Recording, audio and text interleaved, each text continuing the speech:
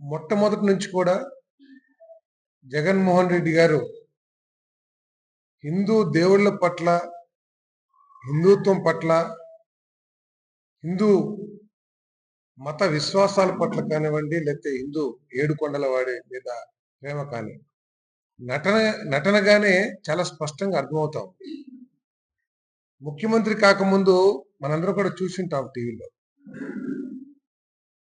చక్కగా పంచి అంతా కట్టుకొని చెప్పులు మాత్రం దాదాపు మన దేవాలయం ఏదైతే ఉందో ఏడుకొండవాడి దేవాలయం అక్కడి వరకు చెప్పులు, అంటే మాడ వీధుల్లో కూడా ఎక్కడైతే భగవంతుడు ఊరేగింపబడతాడో ఆ వీధుల్లో కూడా చెప్పులతో నడిచి వెళ్ళాడంటే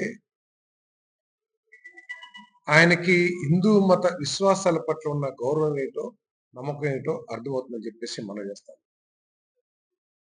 ముఖ్యమంత్రి అయిన తర్వాత కూడా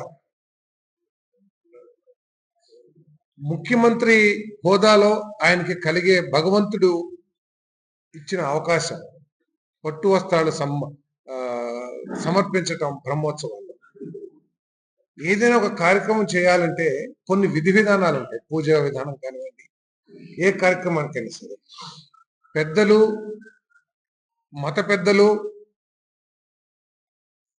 ఆగమ శాస్త్రజ్ఞులు వీరందరూ చెప్పినా కూడా ఏకాకిగా వెళ్ళి బట్టలు సమర్పించాడే తప్పితే ఎన్నికల్లో ప్రచారానికి వాడుకున్న సతీమణిని మరి ఎందుకు హిందూ మత ధర్మాలని, హిందూ మత విశ్వాసాలని కానీ విధానాలు కానీ గౌరవించి ఎందుకు వెళ్ళలేకపోయాడో చెప్పాల్సిన అవసరం ఉందని చెప్పేసి మనం చేస్తాం.